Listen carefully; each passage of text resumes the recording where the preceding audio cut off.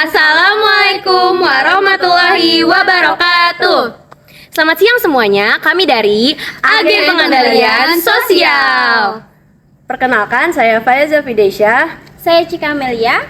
Saya Diana Alicia Pimardani. Dan saya Caila Alicia Carintona. Dan di sini kami akan menganalisis serta mencari fenomena kegiatan penyimpangan sosial yang terjadi di sekitar kita. Tonton ya teman-teman. Ditonton ya. Bantuin kakak dulu.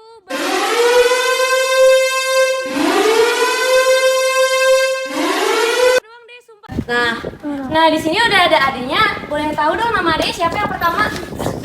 Yang megang stang siapa namanya? Tahunya siapa? Bendala. Yang satu lagi?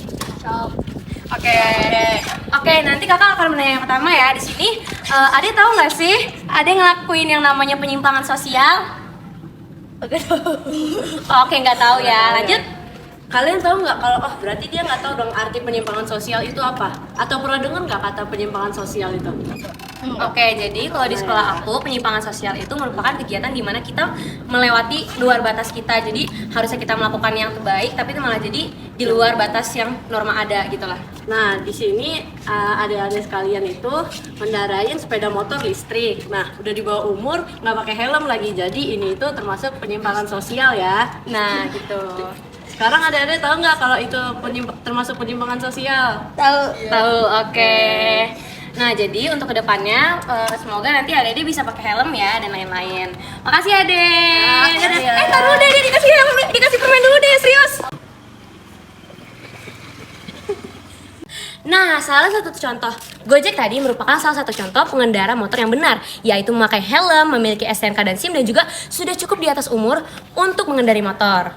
Tidak seperti adik-adik yang tadi ya teman-teman, sudah memakai sepeda motor listrik, di bawah umur, tidak punya SIM, dan juga tidak menggunakan helm. Hal itu masuk hal yang sangat berbahaya dan termasuk ke dalam penyimpangan sosial.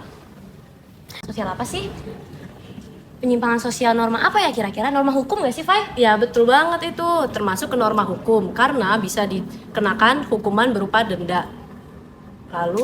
Lalu bagaimana cara kita sebagai agen pengendalian sosial untuk memberitahu mereka bahwa kegiatan tersebut merupakan kegiatan penyimpangan sosial? Nah, yang pertama kita harus menjaga adik kakak, teman, keluarga, serta orang-orang terdekat kita untuk tidak mengizinkan mereka sembarangan menaiki sepeda motor ataupun motor listrik. Yang kedua, jika mempunyai SIM, mereka wajib menggunakan helm untuk keselamatan mereka juga. Dan yang ketiga, membawa juga surat-surat berkendaraan seperti SIM dan juga STNK. Dan yang terakhir, kita sebagai agen pengendalian sosial harus memberikan contoh yang benar dan baik agar adik-adik kita tidak mencontoh seperti yang tadi. Nah, salah satu contoh ibu tadi merupakan salah satu contoh yang tidak boleh dicontoh ya guys. Udah nggak pakai helm terus jalan di jalan raya lagi. Seperti tadi contoh-contoh adik-adik tadi ya. Iya. Dan itu saja Dari kami, terima kasih. See you in next case. ada lagi. Nggak apa-apa gini.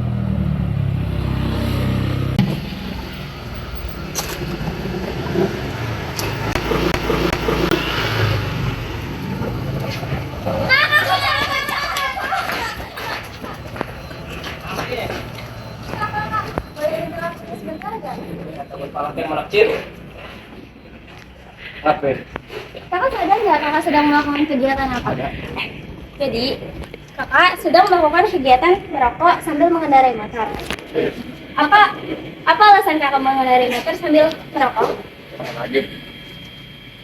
Kakak tahu nggak sih apa itu penyimpangan sosial? Jadi penyimpangan sosial itu kegiatan yang dianggap tercela dan sudah melewati batas dan tidak bisa lagi ditoleransi. Apakah kakak tahu bahwa apa yang kakak lakukan termasuk dalam penyimpangan sosial? Nah, di sini kakak merokok sambil mengendarai motor itu termasuk penyimpangan sosial dan itu melanggar hukum. Sekarang kakak tahu kan kalau yang kakak lakukan itu berkendara sambil merokok itu termasuk ke dalam penyimpangan sosial. Bagaimana tanggapan kakak setelah mengetahui bahwa kegiatan kakak itu termasuk penyimpangan sosial? Yes, right. Harusnya kakak mengerti bahwa yang kakak lakukan itu termasuk penyimpangan sosial dan itu termasuk melanggar hukum. Sebaiknya kakak kedepannya tidak boleh merokok sambil mengendarai motor. Suka-suka gue. jangan gitu, soalnya itu termasuk penyimpangan sosial. Ya udah gue matiin nih, kan lu puas ya. Iya. Iya, gue matiin. Tuh. Tunggu dulu, jangan main pergi-pergi aja. Selain kakak tadi merokok saat berkendara, dia juga membuang puntung rokok sembarangan. Itu merupakan salah satu contoh yang tidak boleh ditiru dan juga merupakan kegiatan yang bertentangan dengan norma hukum. Kenapa? Karena pemerintah Provinsi DKI Jakarta menggalakkan bahwa Perda nomor 3 di tahun 2013, barang siapa yang membuang sampah, puntung rokok, dan juga botol bekas dan juga kertas akan dikenakan denda sebesar 500.000. Jadi hati-hati nih guys yang suka merokok dan juga membuang puntung rokok sembarangan. Itu nggak bagus banget guys. Kita sebagai pengendalian sosial atau agen pengendalian sosial harusnya memberitahu kepada masyarakat sekitar mengenai hal tersebut. Dan dilakuin lagi ya kak. Iya. Ya, Assalamualaikum.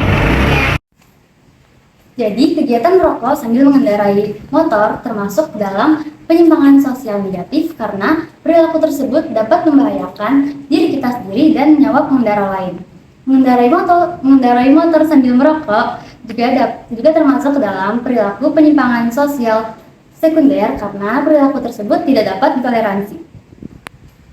Secara keseluruhan, merokok sambil mengendarai motor adalah perilaku yang menyimpang dari norma hukum dan bisa dikenakan sanksi atau denda, serta menunjukkan kurangnya tanggung jawab terhadap sosial. Oleh karena itu, kita sebagai agen pengendalian sosial, penyelesaian yang kita berikan yaitu kita tidak boleh merokok sambil mengendarai motor. Itu bisa menyebabkan pengendara lain berbahaya dan bisa menyebabkan kecelakaan, serta merokok itu merusak kesehatan. Nah, sekarang kamu tahu kan apa itu arti penyimpangan sosial dan jenis-jenis pengendalian sosial? Tahu dong. Sekarang kita bisa mengambil hikmahnya. Dan kita bisa menerapkan dalam kehidupan sehari-hari kita. Sekian pemaparan dari kita. Semoga bermanfaat ya buat kalian semua. Wassalamualaikum Warahmatullahi wabarakatuh.